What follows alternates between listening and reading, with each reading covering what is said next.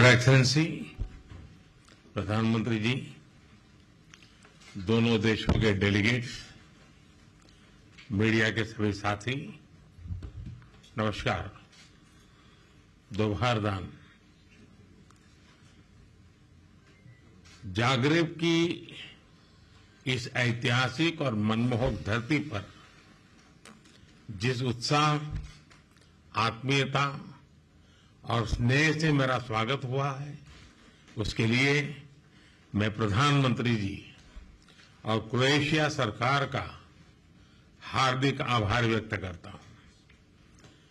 किसी भी भारतीय प्रधानमंत्री की क्रोएशिया की ये पहली यात्रा है और इसका सौभाग्य मुझे मिला है। फ्रेंड्स, भारत और क्रोएशिया लोकतंत्र, रूल ऑफ लॉ, प्लुरलिज्म और इक्वलिटी जैसे साझा मूल्यों से जुड़े हैं। ये सुखद संयोग है कि पिछले वर्ष भारत के लोगों ने मुझे और क्रोएशिया के लोगों ने प्रधानमंत्री आंद्रे जी को लगातार तीसरी बार सेवा करने का अवसर दिया है।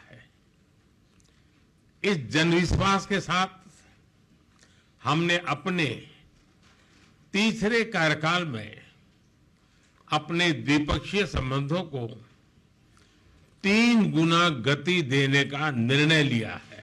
रक्षा क्षेत्र में लॉन्ग टर्म सहयोग के लिए एक रक्षा सहयोग प्लान बनाया जाएगा, जिसमें ट्रेनिंग और मिलिट्री एक्सचेंज के साथ साथ रक्षा उद्योग पर भी फोकस किया जाएगा।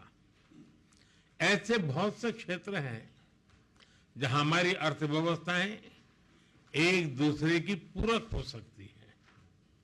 हमारे इन क्षेत्रों को चिन्हित किया गया। हमने द्विपक्षीय व्यापार को बढ़ाने और विश्वसनीय सप्लाई चेन तैयार करने के लिए कई क्षेत्रों में सहयोग बढ़ाने का निर्णय लिया है। हम pharma, agriculture, information technology, clean technology, digital technology, renewable energy, semiconductor, ऐसे कई महत्वपूर्ण विषयों में सहयोग को बढ़ावा देंगे। शिप बिल्डिंग और साइबर सिक्योरिटी में सहयोग बढ़ाया जाएगा। भारत की सागरमाला परियोजना के तहत हो रहे पोर्ट मॉडर्नाइजेशन, कोस्टल जोन के विकास और मल्टी मॉडल कनेक्टिविटी में क्रोएशिया की कंपनियों के लिए भी व्यापक अवसर है।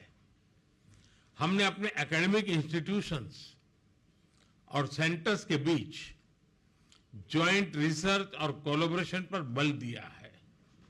भारत अपने स्पेस अनुभव को क्रोएशिया के साथ साझा करेगा। फ्रेंड्स, हमारे सदियों पुराने सांस्कृतिक संबंध आपसी स्नेह और सद्भाव का मूल है।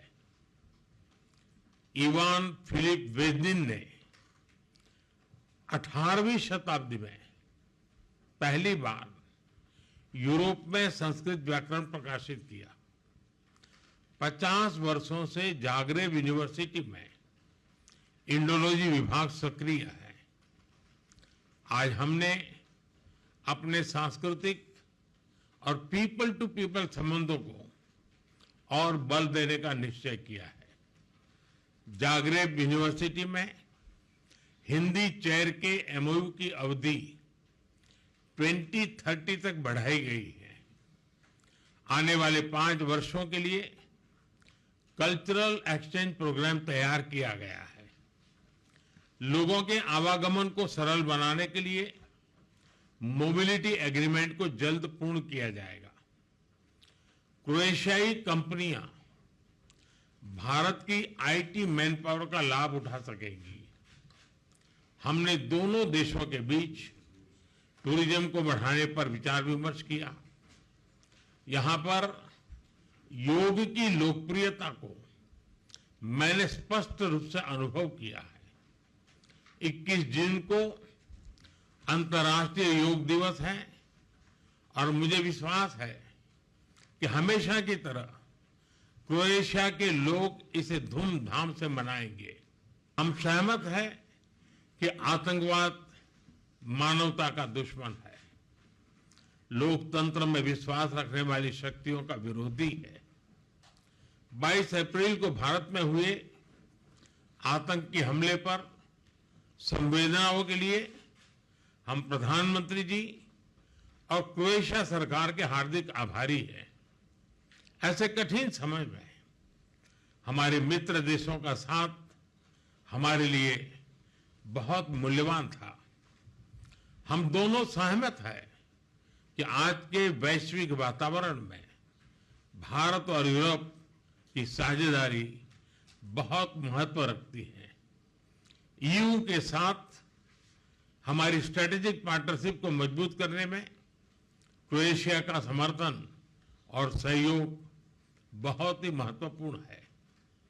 हम दोनों इस बात का समर्थन करते हैं कि यूरोप हो या एशिया, समस्याओं का समाधान रणभूमि से नहीं निकलता। डायलॉग और डिप्लोमेसी से ही वही एकमात्र रास्ता है। किसी भी देश की क्षेत्रीय अखंडता और संप्रभुता का सम्मान आवश्यक है।